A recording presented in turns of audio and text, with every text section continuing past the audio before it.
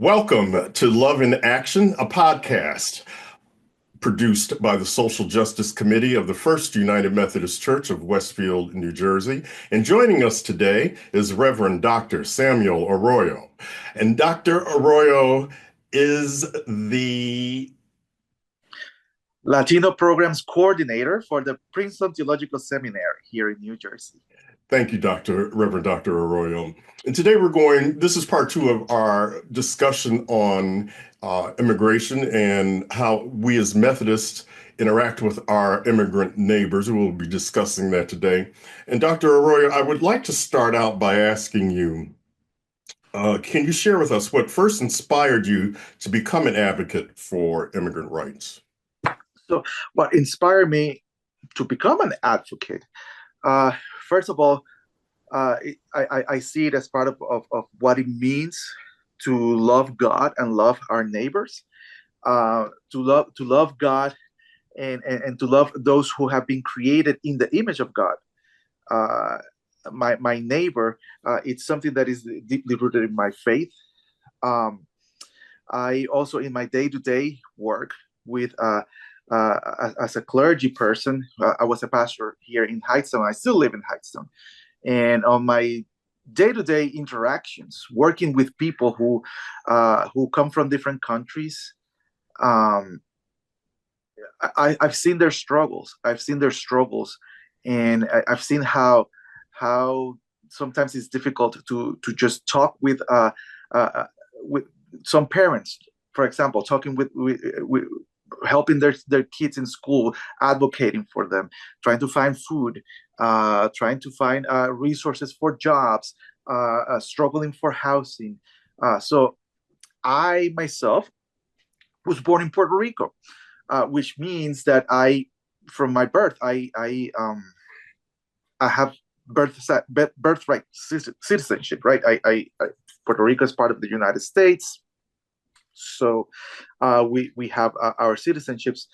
But in reality, I am what would be considered like a cultural immigrant, because just because I speak Spanish, I come from Puerto Rico, right? And so while I have not encountered the fear of what it means to be deported, of the possibility of being deported, I have seen the struggle of what it means to face discrimination, the roadblocks that some people may go through just because we're different, speak different, or have a different cultural identity. Even though I have the privileges of what it means to be a U.S. citizen, and I see it as part of my faith. It's a calling. It's part of where I believe that Jesus is calling us uh, uh, to be how to be agents of hope and transformation in the world. Now, what specific experiences with the immigrant communities here in New Jersey have impacted your ministry? Well, I mean, with the immigrant community, for example, I was thinking a couple of years back, I was part of a huge campaign, one of the largest campaigns that we had in defense of immigrant rights, and it was to uh, to approve a law for immigrants to be able to get their driver's licenses. This campaign was called "Let's Drive New Jersey," and well, depending on which group, there were a couple of groups that were advocating for it, but I was mostly with the group that was called "Let's Drive New Jersey," right? And so I was part of that movement, doing rallies with the immigrant community, uh, going and speaking with legislators and doing press conferences. This is the advocacy work that I was doing. Now on a day to day, when I was a pastor here in Hightstown, we are about 60% of the people, 65% of the people who live in this Hightstown, in this town, are immigrants. And so just walking down the street, everybody knows that I'm a pastor. We're a small town. uh, getting to know the people, getting to know the situations that they're struggling with, um, seeing day to day how hard it was sometimes just to get the enough groceries or enough food for their families, even though they were working 2 or 3 jobs in a week. Uh, uh, uh, Transportation, and that's one of the things that really led to the campaign, right? How difficult it is for immigrants if they don't have driver's licenses to actually find transportation, so they have to rely on public transportation that sometimes is not reliable in the towns where we are at, which makes it hard for them to get to jobs. Or if they find themselves that they are in trouble because they were driving without a permit, that actually will drive the cost for all of us, for every person, for insurances and everything. So it was a matter of justice that actually impacted the whole state of New Jersey. So we passed that law, but it comes from a day to day experiences, seeing how that sometimes they may lose their homes, or having to move from place to place because their places of residency um, will completely depend on where the jobs are, and so these people, unfortunately, they're already disrupted their lives leaving their country, but when they are here, they rarely settle. Many of them settle into one community. They do not have the connections that they build, which is why churches are so important, right? This is why churches are one of the main reasons why the Latino churches are so important, for those connections that they build, but that also make them very, very vulnerable. Make them very, very vulnerable because they don't have the connections and they don't have the support system that most of us will have. And I And also I think about what a terrible impact that type of living, or that type of what immigrants have to go through, the impact it has on children, and mhm. how important it is that they have stable situations. But moving on, I like to talk a little bit about faith and immigration. And the Bible speaks often about welcoming the stranger. How Mhm. do you interpret those teachings in today's immigration crisis? How do I interpret them? Yes. I interpret them that we, as a church and as as a community and as individuals, we are to be mindful of that person that is right in front of us who is in need, right? The immigrant, the stranger. Uh, uh, we don't know what brought them here. We don't know what are the situations that they face back home that led them here. Uh, but there's a lot of things that we need to to to to have in mind when we're thinking about the stranger, about the immigrant. One of the things that some groups are trying to do is to criminalize them, uh, just because they're here. The language that we hear from certain factions of this country is that we need to fear them. They're here to rape us. They are here to take away our jobs. You've heard all that language, and that has led to a dehumanization of who they are. And I think that the calling that we have as a church is to see the person, to see the humanity, to see the face of God in that person that is right there, right in front of us. And that's what I think that's how I interpret it. Where do we see God in this person? And when we see God in that person, then the way that we act and the way that we interact with them, we know that it's very different than when we think of them as someone to fear. Now, have you encountered any resistance from within the faith community regarding immigration advocacy? And if so, how did you address it? So all the time, and again, it goes back to the same thing that I was just mentioning. Um, it's if we have ingrained in our brains, we have ingrained in the society that they are criminals, therefore they're not real Christians. How can they be Christians? How can they be real faith people of faith? How can they be whatever moral people? If they're here illegally, they're criminals, and we have criminalized them. We have dehumanized them, and that you see that a lot in the church. You're gonna see a lot of people in our congregations who just think they're criminals. That's it, and that's the way to address it. And the way that I address it, at least from a faith point of view, is having conversations or from the pulpit, in understanding that the way that the laws of the kingdom of God are different, and the way that the kingdom of God operates, it's it operates different from the ways that than the world and our society, the United States where we live in, they may operate. No. Um, Oh, sorry. Go ahead. yeah, no, yeah.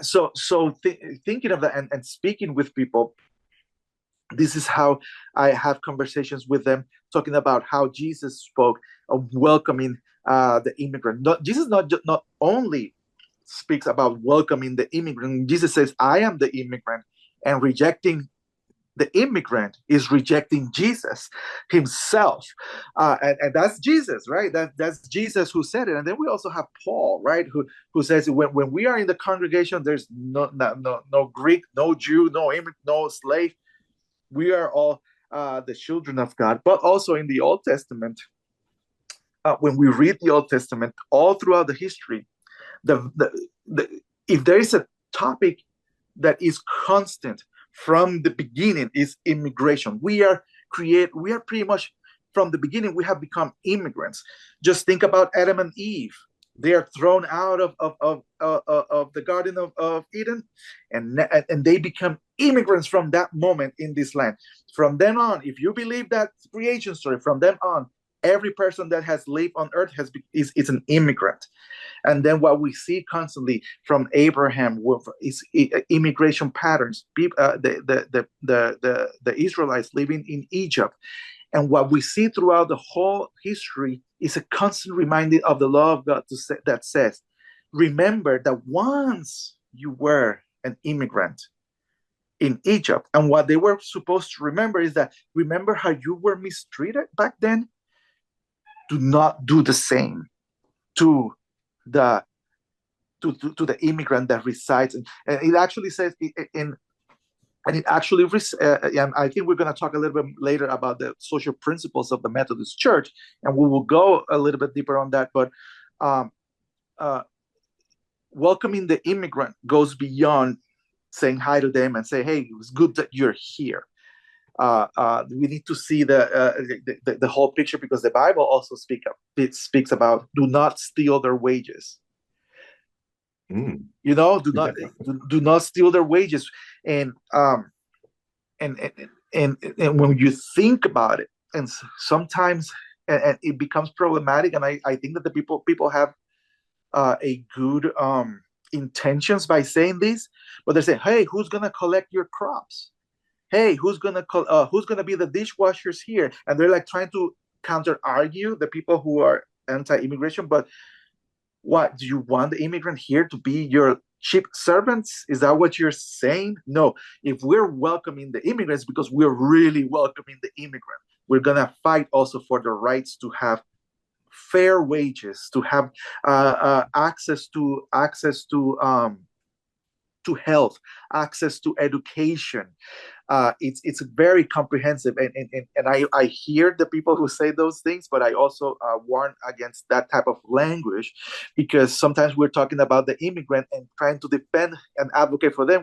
We're talking about them as if they were here to serve us. Yes. And that does not help seeing them as people created in the image of God.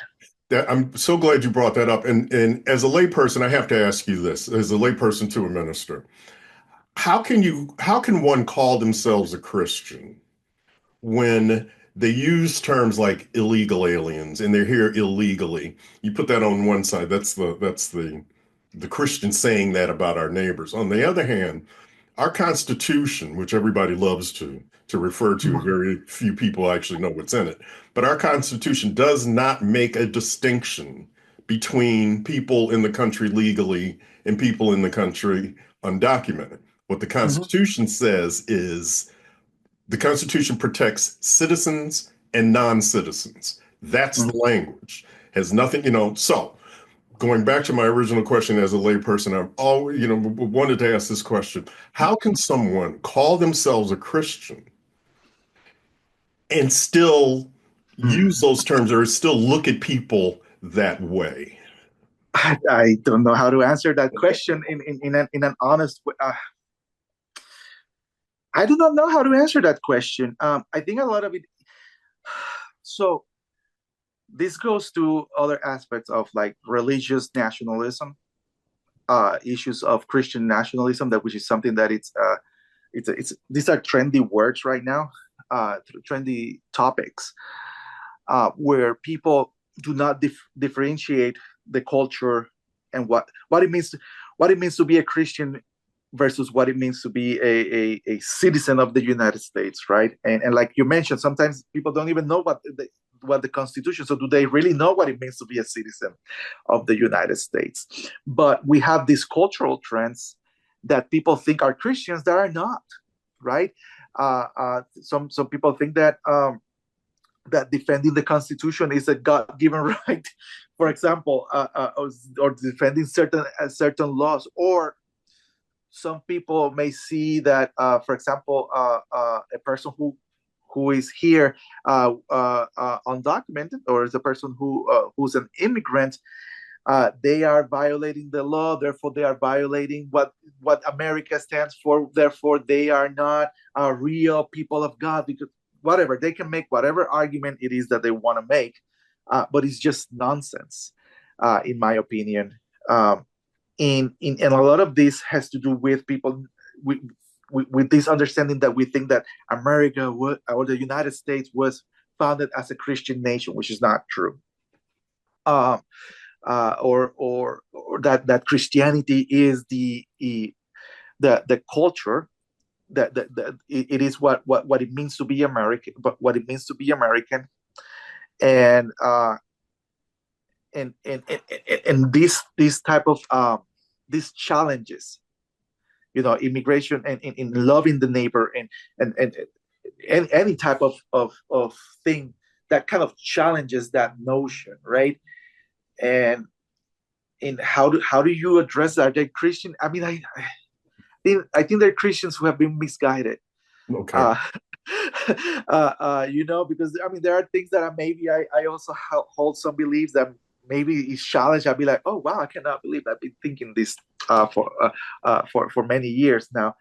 But the hard part is that it's been pointed out to them many times how that's not Christian, how Yeah. that's not faithful, and they still hold on to that belief. And it's because it's not about being Christian. It's something else, and we know what it is: the R word, the racism word, right? Uh, um, so it goes beyond what it means to be Christians. There's this confusion, uh, uh, where a certain group think this is what it means to be American. Hmm. This is what it means to be American. The immigrant, the brown person, does not fit in that notion. Uh, and it's interesting because usually when we think of immigration, we go right away to the brown person, to the black person. But how about the European who's an immigrant here as well, right? Um, Well, you touched on it earlier. There's a there's a uh, big difference from being an immigrant and working for a company and coming from, say, Europe. Let's mhm, just say Europe in general, where you could identify as white, mhm, as opposed to coming into the country from, say, Central or South America as a student, overstaying your visa. Um, there's a big difference between how those two groups are viewed. And one is more acceptable than the other. And it's usually based on race because um, this country still has and continues to have a huge problem with race. And it Mhm. permeates everything, including the discussion we're having. So, Yeah, uh, and the thing is that a lot of people coming from Europe are also overstaying their visas. They're also coming here and to clean to clean houses or to clean hospitals or whatever it is to do this. They're also coming here to do all these type of jobs, but they don't have the brown skin. Another thing that we encounter a lot, and you can and you'll see it a lot in their churches. People are gonna see they're gonna say, "Oh, you tell them like if you tell them like yeah your family they're Irish, they're Polish, whatever it is, German, they're like, oh yeah, but they did it the right way, right, yes. they came in here the right way, uh, and then they all refer to Ellis Island and the way that it was happening that way. Listen, they were coming here without any permits, they were coming here without any authorization, and they had a way when they got to Ellis Island to be vetted and to be allowed to come in. At the same time, that was happening in Ellis Island to allow all the European immigrants to come in, then we were having the I don't remember what the law was, but it was the Chinese immigration. It Right. was something with in the other side where all people who were Asian were pretty much put in a concentration camp. All of that was happening at the same time. The Europeans were being welcomed in Ellis Island, and in 2 or 3 days they were vetted, and here's your permit, and you're in. This is where you see the discrimination of doing it the right way. In the same way, in the other on the other side of the United States, then you were seeing that the brown skinned people from Asia were being put in concentration camps. They were being put doing exactly the same thing that the Europeans were doing, Right. and that set up what we are seeing today, 150 or 160 years later. We are seeing that same way where the European immigrant is being welcomed and not given too much trouble, and anybody who is not has a completely different way of being viewed. And yeah, I think a lot of this has to do with teaching our congregants and our people the real history. Right. Oh, then they're going to say revisionist. Well, we have to revise it because we've been taught wrong. Yeah, there's revisionist history is when to me is when people just don't like what the real history, Yeah, what the exactly. documented is. Oh well, but in any case, that's I'm really glad you pointed that out because so much of what people don't know in this country leads to this ignorance and this and the way that they interact with immigrants Mhm. and just not knowing and I too correct people when they go into they came in the right way and all what that actually means. But earlier you had mentioned, and we were going to, I wanted to talk a little bit about the Methodist Church and Sanctuary. I know you're not going to, and I'm not asking you to speak on behalf of the church, just on the Methodist Church as a whole. Although I think you have some very Mhm. points that could be used, but in any case, moving on. Um, what is your own, as a minister, your own position on sanctuary? Uh, how do you view it? And if someone came to your church and asked for sanctuary, what would be your response? Oh wow! So my view of sanctuary is, I mean, the church is a place for everyone, and everybody should feel safe and not threatened. Because how do we guard ourselves? How do we guard? I mean, by that what I mean is like, what are we guarding ourselves from when we have people coming in? Uh, uh, uh, Churches are deeply segregated already, right? And in like I've heard stories of people way back then, before I was born, who who will not be allowed. Like if they were black, they will not be allowed into a white church. But this is a different thing. But it has to do with the welcoming. The church is open for all. We have in our motto, open hearts, open minds, and open doors. And open doors means that everybody is welcome, right? Everybody is welcome with our open hearts, and everybody is welcome with our open minds. That means that with our open minds means that, okay, what are the things that we have in place so that you are actually welcome.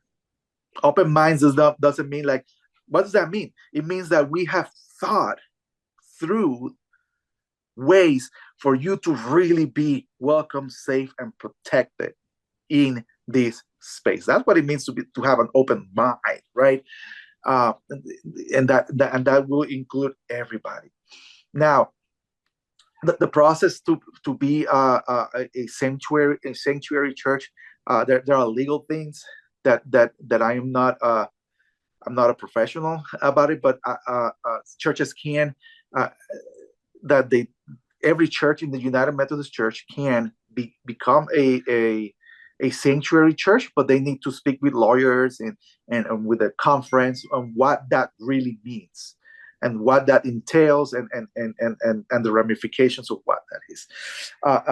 Sanctuary movement started somewhere, I'm trying to 40, 50 years ago in the West Coast, and it started in churches. I think, was it an Anglican church? I'm trying to remember if it was Lutheran. It was I don't remember right now. There's a nice book, and I can send you the information. Maybe you can put it in the link about the book that speaks about the history of the sanctuary movement. And the purpose was to give time or a space so that the people cannot be deported until they go through the right proceedings. That the sanctuary movement was not created for it to be like the person can be in that place indeterminate. Maybe that could be the case for some people, but what was happening was some people who were being in the process of being deported, their rights were not, because we all have rights, right? Their rights were not being guarded, and some of them were facing the deportation without safeguarding those rights, right? Because they had the right to due process. That's one thing that people don't understand. Yeah, that you just can't. ICE just can't come scoop people up and ship them up. That everyone has the right to due process. Exactly. Another thing that people in this country, a lot of people just don't understand how the country works because they've been listening to people who've been frankly lying to them for the last 4 years on cable television and through the media. But you're right, they have rights. I'm very glad you pointed that out, that could be a situation where someone is facing deportation, but their rights are being violated, therefore they seek sanctuary.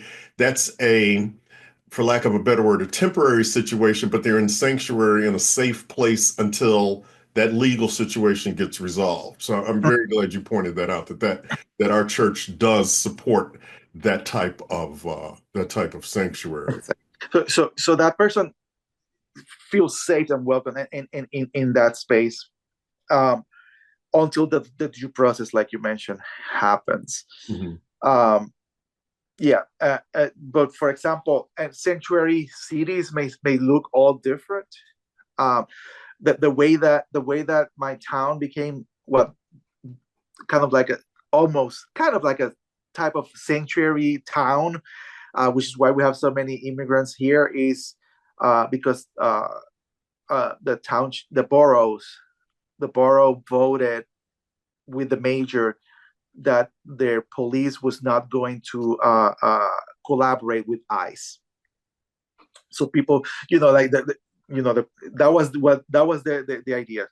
Our police, we're not going to intervene in anything that has to do with ICE. We do not collaborate, and we do not ask anybody's immigration status in order to receive any helps from the town. from the borough, and that's how kind of like it became a loose loose sanctuary town. And churches can look into that, but maybe we can also, another way that we can become sanctuary places is like we have a plan in our congregations so that if ICE comes, how do we protect you here? How do we protect you? And there's like, and people can just go and look at there are our bishop and the cabinet, they created these steps that churches can take to protect individuals in their church. There are many steps. Having spaces, for example, there are spaces in the church that if you say this is a private area of the church, ICE cannot go there without a warrant or without a search warrant. So if ICE shows up, the people can just go there, and if ICE is looking around, you're not allowed in that space. Right. In fact, I just got an email from our minister, Reverend Allison Phillip, who there's going to be some training for point people to interact with ICE, and Yes. I and some other people from First United Methodist Church are going to take part in that training. I think it happens on the 19th. There's 2 dates, on the 19th and the 21st. But in any case, you're hitting on all of the things. I'm really glad that first of all, that I was able to talk to you, because you've uh, really answered one of the big questions that people had was sanctuary. They were very unclear about what the church's position was, although they understood the biblical part about the welcoming the stranger, but that's kind of in the abstract. When you get into the actual physical, somebody coming through your door, it's one thing to do to provide sanctuary for people who are homeless, say, who have experienced homelessness. And we were doing, before COVID, we were working with an organization called Family Promise doing that. We're still working with them, but we don't have families coming into the church anymore.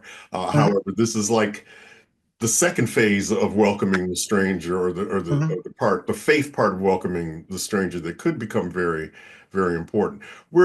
I just have a few more questions for you before we wrap up. Can you share with us? I like to always have as positive a story as I can. Can you share with us something that really gave joy to your heart, really, energized you in terms of an immigrant family, or just something you can share with us concerning immigrants that really, really gladdened you? Or your own story, your own journey, either one. I'm trying to think, because so there is this, without mentioning names of people, right? I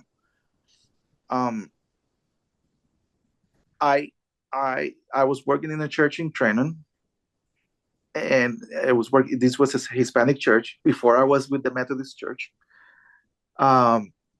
And I invited this person for lunch, and getting to know.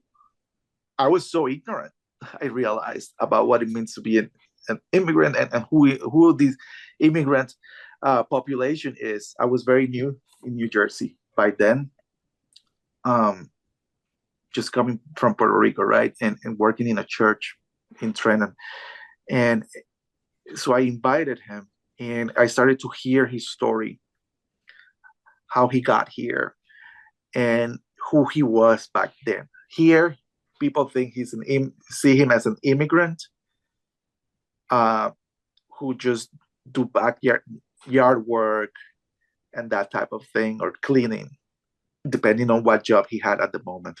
Back home, he was a Presbyterian pastor, educated, who knows 3, 4 languages, respected in his community, who just found himself in a situation that he needed to come here. But I can speak 2 languages, kind of, but this person knew 4 or 5 languages and was preaching all over like a good circuit rider, maybe, going over different churches and situations, and he just was doing it to give more, to have more money so that he could help his daughter and his wife to have a better life, and what he gave up in order to have a what would be a better life, right? And then I did not see him for years, and after many years, I saw him actually as one of the leaders later of the Let's Drive New Jersey campaign that I was talking about earlier for immigrants' rights and driver's licenses, and to see him, even though he was still in the same status as it was maybe like 7 or 8 years before, he was using his power, the power that he had, to advocate for others that were good, and for himself, and for others, for the dignity of others. And that was like that gave me a lot of hope, and that was very, very powerful to me. And there are thousands of stories like that. Yeah, thousands. Thank you for sharing that one. Now, finally, I would like to ask you to wrap up. What message would you like to share with any immigrants who may be listening to this podcast? What would you like to tell them? That I know that right now it's difficult. There's a lot of smoke. And it feels like there's a lot of fear.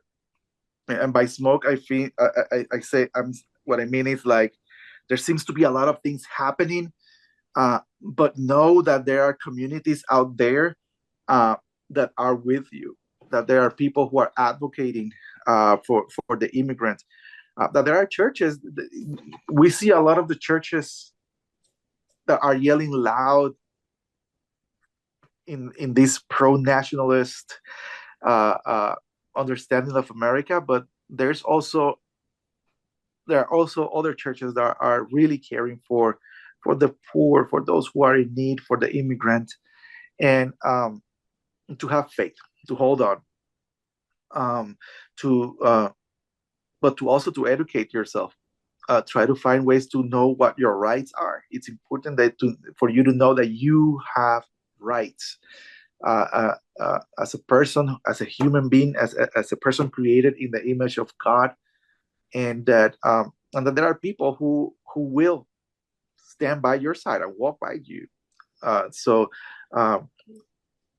it's hard to speak without saying that, like one specific situation, right? But look for those people, look for those organizations, and try to be in connection with them. Well, Reverend Dr. Arroyo, I could talk to you, obviously. You've been fantastic, and the information you have departed, and just having this conversation with you on the grassroots or the base level that Methodists can interact with our immigrant neighbors has been fantastic. I really appreciate your time and for sharing this, sharing all of this with us. So thank you so much. Thank you so much for the invitation, and I'm looking forward to hearing it. Yes, we'll get you a copy soon. So that brings us to the end of today's podcast. You can find this podcast and other social justice podcasts, along with information on our church services at our website. And our website is First United Methodist Church, FUMCWestfield.org. That's FUMCWestfield.org. Thank you again, Reverend Dr. Arroyo. Thank you, Ronnie. God bless.